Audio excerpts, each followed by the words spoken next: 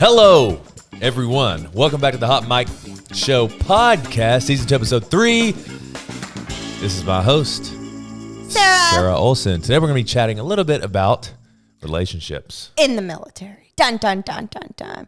I feel like Austen and I both get this question a lot. You took my steam again. Go ahead. I am the host, Austen. You're right. Okay, I feel like Austen and I get this question a lot about relationships and how do you deal with someone who's in the military or what makes a good relationship. A lot. Stop. Really quick, I just want to say our relationship on Instagram or in videos and things like that is usually the highlights. We definitely argue. We definitely bicker. We argue on the podcast and on Instagram. I feel like we don't really hide anything besides intercourse. Austin, we don't do that. You're right. Anyways, but I feel like some people silence. think like at least I'll be like, oh my God, you have the most perfect boyfriend and perfect family and blah, blah, blah, and your dogs. And again, I'm so grateful for Austin and my puppies and our health and everything like that. But there always are things that people don't always see on the other side. So that's all I want to say first. Now let's get into it. Let's talk about military and the relationships. Let me ask you this first. What do you know about long distance relationships in the military? We were in a long distance relationship for a little bit. That's not long distance, Sarah. Well, she was in Reno. I was in Lemoore, California. It was 4 hours away. Well, Austin, I don't know anything about it. I'm talking about when you're dealing with like a 12-hour time change. And you people out there, I feel you. I was in one too. I was with the girl for 3 years. Or 4. About a year, actually. Her name was Stephanie, long distance relationship. And you can't tell the people her name. Yeah, can't. I'm not giving people her last name. Okay. But they're hard. They're very, very hard, especially if you are with your significant other going into the military. It could be a dude or a girl going into the military. They're going to go through a lot of changes. And not just physically, you mean but before mentally. You go to boot camp? For sure. Like if you're in a lot of people ask me like, hey, I've been with my significant other 3 years and they've decided to join the military. You have to accept that person is going to change for sure.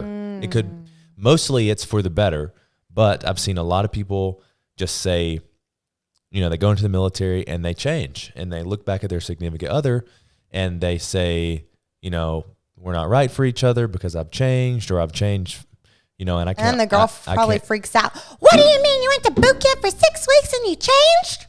That's what would be me. Well, because at that point they make the decision, do I want to put myself through this long distance relationship? And if we're being honest, like, especially in the Navy, you go out on a boat, everybody's trying to make love with each other. And, you see people walking by in the hallway. You see them every single day. Let's back up 5 seconds. You're not directly. So I feel like there's two sides to it. You know what I mean? Like, I feel like some people, like we know a couple that they knew each other for a long time before he even went to boot camp. And he went to boot camp. And then afterwards, like, him and that couple are still together. They're still together today. Like, so there is like that. But there are situations where the guy will go to boot camp and he'll think his significant other is waiting at home for him, but maybe that person is out. She's like, I haven't heard from him in 2 weeks. Like, I'm going to go do my own thing. Yeah. Because it's a younger age and blah, blah, blah. So it's two ways. You can never really know how you're going to be in a long distance relationship unless you've been there. People can say, I can stay faithful. I can do this. I can do that. But then, you get a new neighbor while your boyfriend's at boot camp and then he's mowing the yard and then all things, you start heating up. He's mowing the yard. Things happen. Yeah. And like, definitely, like, I feel like when people do go to boot camp, they're like, like 20s. Yep. Like, not like, it's not like they're 40 trying to settle down. Does that make sense? Yeah. And, guys go out and let me tell you what happened. I'm talking from a guy's perspective. Guys go out, they join boot camp. They join the military. They go to boot camp. They get out. They got $3,000 in their pocket because they got paid in boot camp. They haven't got a chance to spend it now. They're going out. They're at the club. They go into the club. Trust me. Yeah. After graduation. Yeah. Or if you go to your MOS school, you go out on the town, your significant others back home or wherever. You're feeling yourself. You're like, ooh, my chest is a little bigger. My triceps a little more toned because I've done a lot of push-ups. I got some money in the bank. I'm rich. I can afford a Dodge Charger 2020 or 2021. I'm going to go hit on this girl because their confidence is like way up there. They're like, hey, what's up, shawty? I'm a little tipsy. Give me your number. blah, blah, blah. That and things like that happen. Now, I'm not trying to scare you people that are in relationships and you have a significant other going to boot camp or whatever, because every situation is different. For sure. But I'm just telling you, I've seen a lot of things happen.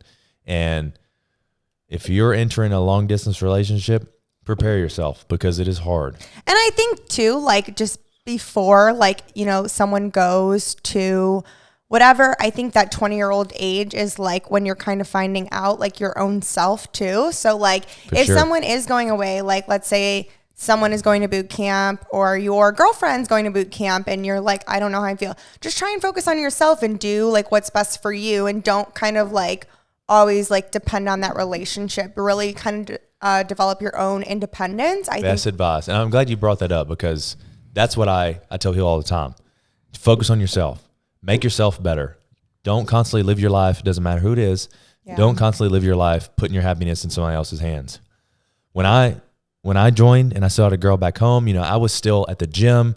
I was doing my thing, you know, even though I was faithful to her at the start, I was still doing my own thing. Like, you know, making sure I was taken care of, making sure I worked out, making sure I was staying disciplined and just kind of working on myself, you know, and she was doing the same. She wasn't the type to just sit there and loathe and self-pity because I was gone. We were just still working on ourselves, you know? And I think that at that age when we're younger, we get so caught up in like boys or girls or whatever the thing was. At least I have definitely gotten to that thing. And well, like I remember I didn't talk to my boyfriend for like 5 days. I was devastated. Oh, well, look at you. Wow, he went to the military? No, he didn't. He just went away. He's probably a pogue. Yeah. Seriously, a pogue. Anyways, but you know, like things like that. And then instead of me being like, oh, woo is me, like just, okay, I'm going to do my own thing. Like, you know, rock the confidence. Women, you are beautiful. You are strong. You are a bad motherfucking. They can't hear you when you whisper. Well, they got the yeah, just I think everybody should have a level of self-confidence, and it's gonna go a long way in a relationship. Okay, that's another topic. We're gonna talk more about relationships. We'll talk about confidence later. Let's talk about relationships. We are. Well, you're talking about confidence. I'm saying having self-confidence in a relationship is a good thing. Yeah, I think it's important to kind of do your own thing too. Like Austen, I remember he's like, I want to go to the gym with you. I'm like, I want to go to the gym by myself. But you went to the gym with me a few times, and I just want to slap your butt in front of everybody to make sure they knew I was the boss. But I don't like going to the gym with Austen. Like that's fine. We haven't been together in like a year. That's completely fine. I do my own thing. You do your own thing. Yeah, and then I go to the gym. You have Gym Bob come over, and you know. And I like to go to like Target, and like if I go to Target with Austen, ugh. Are we talking about how you hate me, or are we talking about relationships? Well, I'm just talking about how it's nice to go do your own thing. Like, I love to shop in a Target by myself. I know. So, girls, on the back end, maybe Sarah, since you're a girl, I think you can help me out with this one. On the back end, you know, you have a normal schedule. You have a boyfriend or significant other that's going to boot camp. Okay. Like we were saying before, continue to work on yourself. Always be the best version of yourself. I see a lot of people in relationships and they just let themselves go. They gain weight, they become lazy, and they just put all their eggs in one basket. I'm not saying it's not okay to do that if you build trust and relationship with that person, but always, you know, hold yourself accountable for the way that you're taking care of yourself. So, yeah, I mean, that's what I'm trying to can you help me out a little bit with this? This is a two-way podcast, Sarah. I mean, for sure. Like, I will tell you one thing in our relationship. I really love to work out. Like that's one of the things that Austen will be like, hey, you want to come do this with me? And I have to tell him like, no, I can't, because if I don't work out, that's the thing that I have to do for myself. And I think as society opens up more, we realize that there's things that you have to do for yourself first. So always put yourself first before you put other people ahead of you. Well, I wouldn't say that. I'm just I would. No, because I can't be the best version of myself to you unless I work out. It's okay to put others first, but don't ever forget about yourself. That's the way you wanted to word it. Whatever. I always put myself first right now. Yeah, that's fine. Well, like, Austen, if you were like, hey, I need you to come do this thing, I'd be like, Austen, I have to work out first and then I can come do it. I know. It's completely fine. Or like, I have to drink my coffee first. Like, whatever your thing is. It doesn't have to be that, but like I have to do something for myself. If it's meditating, if it's writing a journal, if it's going for a walk, if it's doing whatever, like you have to do those things for yourself first. You know, I had a girl break up with me about a week before we pulled into port. Yeah, do you want to tell us? And my mom was the only person there to greet me at the port when the aircraft. If it wasn't for her, I wouldn't have had anybody. So let's explain the backstory. Austen went on deployment. Yeah. And he was dating some girl, and that girl came and visited him, but then that girlfriend cheated on him. Yeah. It was great.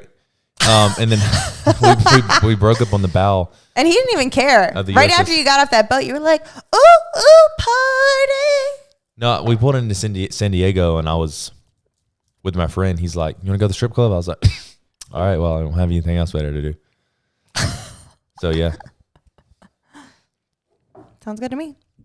But I tell you guys this, to always be ready, always take care of yourself, because I've found myself, out of 1 or 2, 3 relationships where I was kind of got comfortable in the relationships. I was out of shape, and you were out of shape. Yeah. My first relationship, I gained like 40 or 50 pounds. Well, you've gained pounds with me, but you've gained. But they've been muscle pounds. Yeah. Like, I mean, if you saw. Because I work out and I lift a lot of weight. Well, if you saw us when you first met, I felt like you were a lot skinnier. Skinnier? Yeah, I was for sure. Anyways, but always take care of yourself, and always never trust anybody with your happiness. Since I've been disconnected, since I've been, what am I trying to say? Since I've been in tune with what I just said, never trust somebody with your own happiness. I've been so much more happy, and it's removed jealousy. But that's very hard to do. It's removed being self-conscious. It is a very hard thing to do, but the more you work on it, the better you'll get about it. And like, I know some people in a relationship, like if their significant other is taking 3 hours at the grocery store and you don't know where they're at, then it can weigh on you a lot. Yeah, I used to do that. But I was going to TJ Maxx, and then I was going to Home Goods, and then I like to go to Trader Joe's, and then I like to go to Target. Yeah, but with Sarah, like if she's not home for like 4 hours, I'll text her and be like, "Where you at?" She'd be like, "Coming." I'd be like, "Okay, just as long as you're not dead." Cool. Yeah, but I think in the beginning though, because like I would go like all day long, because those I don't know. I just like to roam around TJ Maxx sometimes. Well, I just made sure, because I've learned you over the years. I've learned you.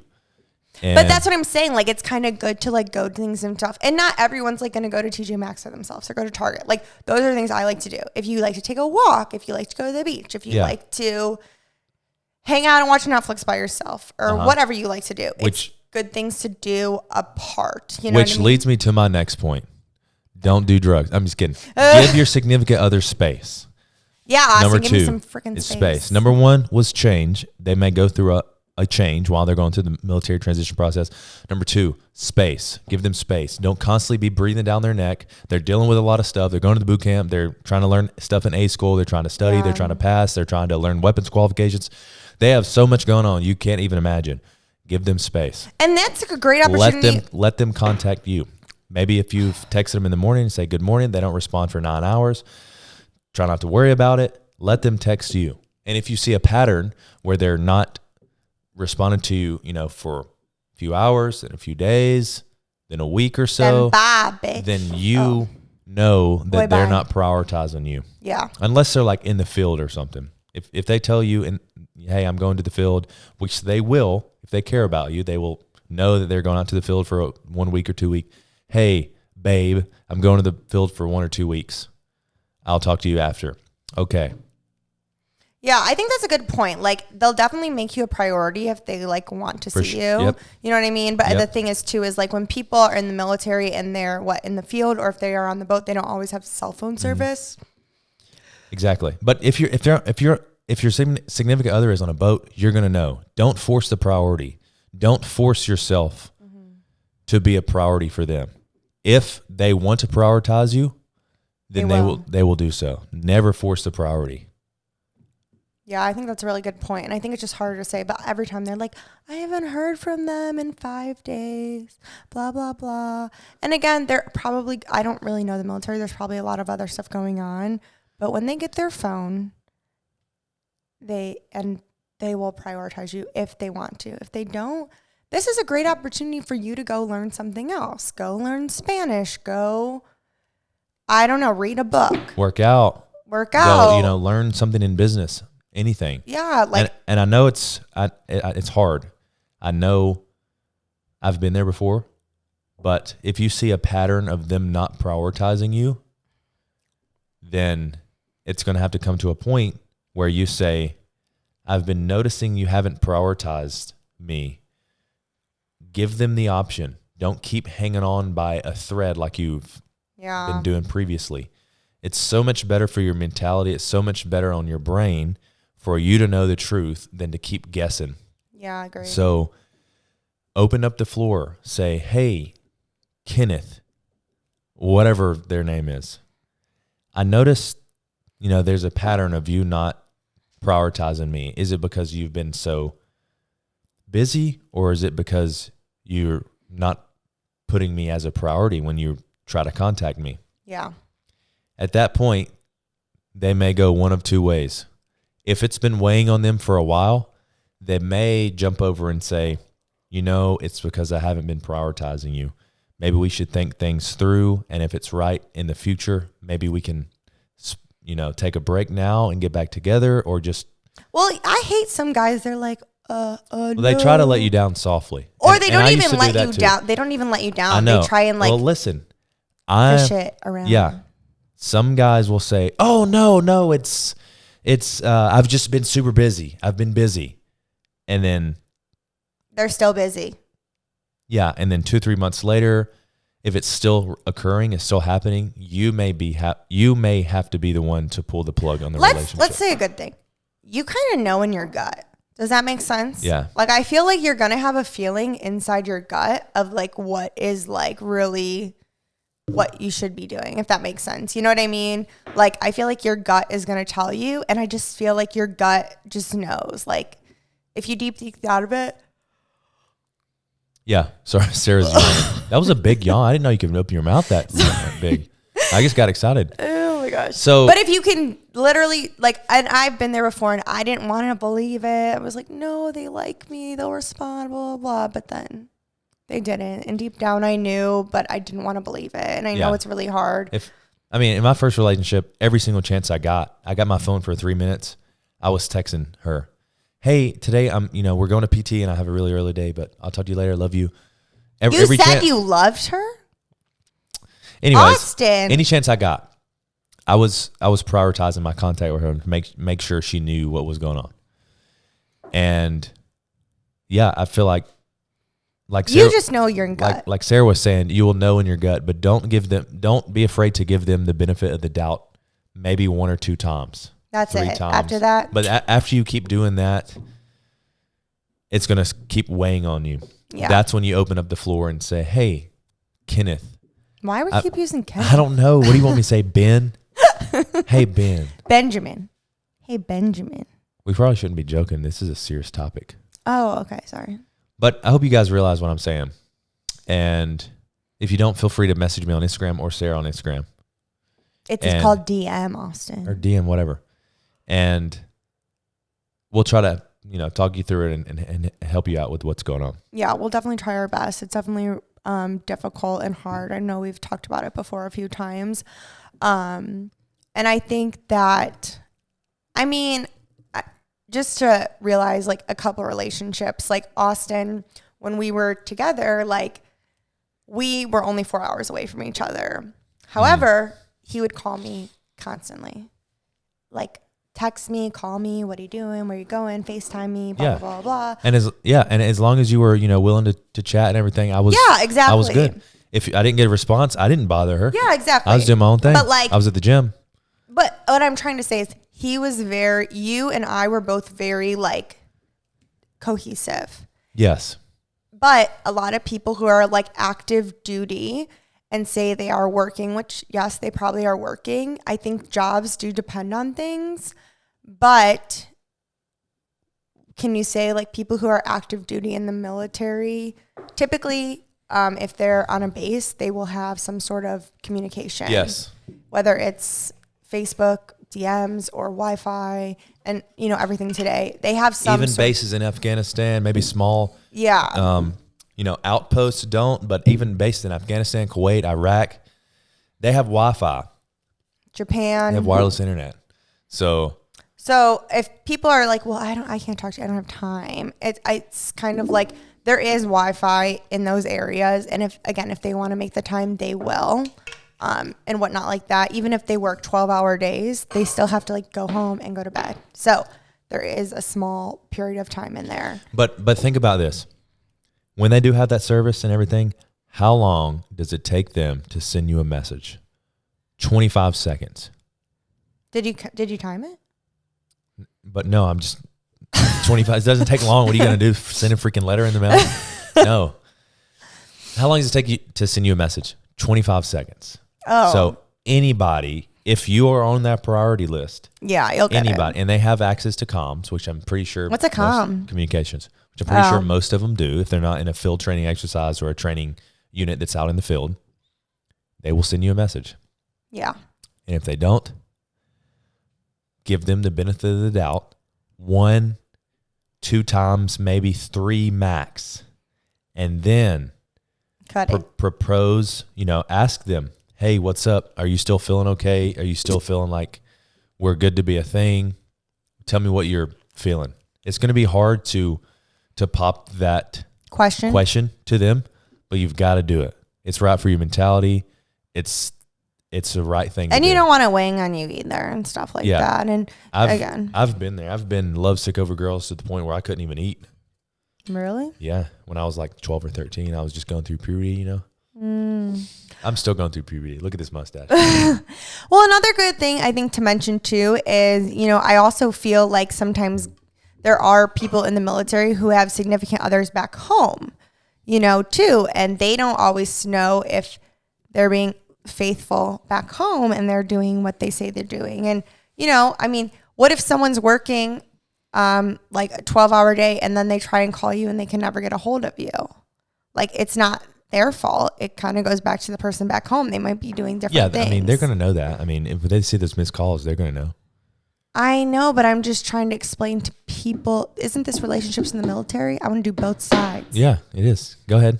So people who are also in the military. So if you're like, oh, I can't get a hold of my girlfriend, blah, blah, blah, blah, blah. Everyone has a cell phone now.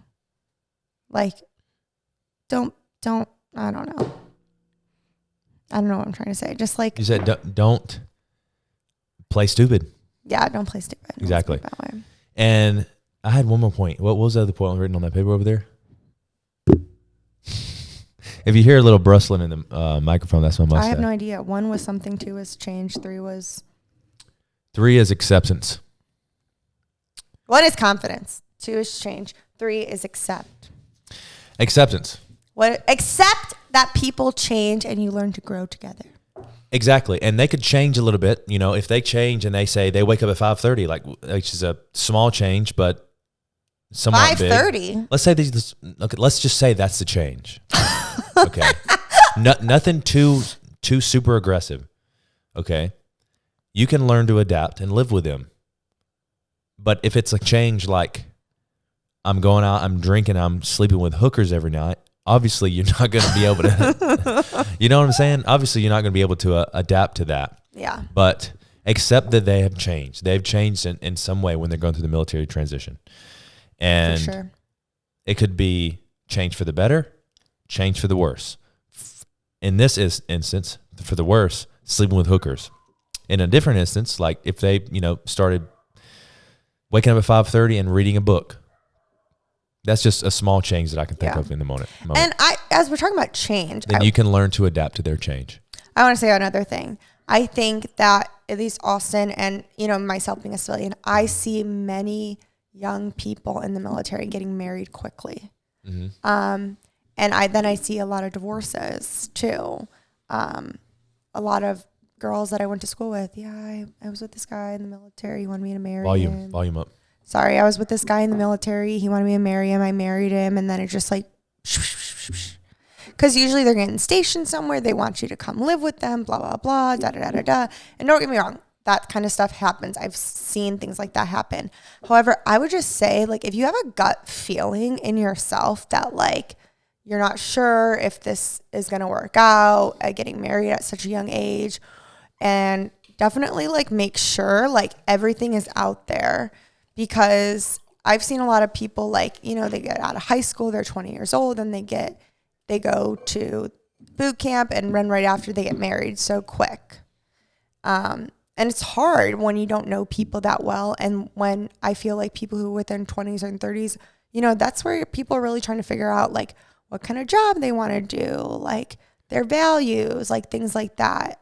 Stuff like that changes. So I think also, like, a really big thing is communication. Mm-hmm. Obviously, we talked about, like, acceptance, like accepting changes, but, like, you need to communicate with your partner. If your partner's like, I want to get married, you need to tell him, like, okay, well, I want to have a kid in 5 years. What if he's like, I want to have a kid tomorrow? Like, you really need to have open communication. Like, I think that is a big, big thing with any relationship, but especially, like, in the military, when one is on this time zone and the other person's on this time zone. You know what I mean? Like, I can't say communication is, like, good. Like, it has to be the best. Completely agree. I think communication in any situation is good. I think over communicating is a lot better than under communicating. So if you have a topic that you want to discuss with your significant other, do it. Don't let it loom over you, and don't overthink Austen, it. I have to discuss a topic with you. Okay, what's the topic? You have dirt in the inside of your fingernails. It's driving me crazy. Do I really? Yeah, it drives me nuts. Look at that. No, I don't. Yeah, look at your other fingernails. Okay, well, I'll wash it tonight. But it literally drives me crazy, and I try and help him, like, scrub it, and because it hurts. How do we go from relationships to my dirty fingernails? I'm talking about open communication. Let me tell you something about my dirty fingernails. I'm a working man. All right, I don't have time to always clean my freaking fingernails. I know what I'm talking about. Open communication. You mean to get pedicures? It's a manicure for you your fingernails. You mean to get manicures? Austin, I just said you have dirt underneath your nails. It drives me crazy. Right. Okay. And then you try and, like, touch me, and I'm like, ugh. You like when I touch you. No, Austin. Would you rather my hands be clean and dainty, or freshly washed because they were dirty, or calloused and rough like my hands are now? I don't like them calloused. You do. You like when I scratch your back with them calluses? No, I do not. Yes, you do. No, I do not. If my hand was soft and dainty, Austin, how would you like that? You wouldn't. Yeah, Austin. No, you wouldn't. Austin, I don't like your callousy hands. You get mad because I'm calling you out. Feel them. I don't want to. Just look at the dirt in these fingernails. That drives me crazy. You like my hands. No, I don't. Yes, you do. No, That's I don't. What you told me last night. Austin, shut up. Back to the subject. What were we even talking about? Open communication. Yeah, and that's the last topic we're going to cover today, guys. We're having a little fun with it. But seriously, if you need some advice, my DMs are always open. Sarah's DMs are always open. But sometimes Austin they'll be like, I DM'd Austin, he didn't get back to me. I'm sorry. Sometimes the DMs and then get stupid. they DM me, People and then in my I'm DMs. like, but then I feel bad because they're like, oh, they just want to talk to Austin. People in my They don't DMs. want to talk to me. It's okay. If you tell me that somebody's messaged you and said, hey, I DM'd Austin, then I'll let them. We will do our best to let people you know. in my DMs ask for feet pictures, ask for butthole pictures, all this random stuff. You can also always email Sara at austenalexander.com. Yeah, use that email address. The only one that is actually better because that's the only one that both we respond from. Yep. So if you're really having a tough time, Sara, Sara at AUSTEN Alexander.com. Yes. Thank you so much for listening, guys. If you have not left us a review on Apple Podcasts, be sure to do so. We work hard on producing these podcasts when we can. Maybe we can do a giveaway next video. We'll see. I'm kind of low on my budgeting this month, so we'll see. I'm trying to make it here, Sarah. Anyways, guys, thank you so much for watching and listening. This has been the Hot Mic Show with Austen and Sara. Bye. Signing out. See you next time.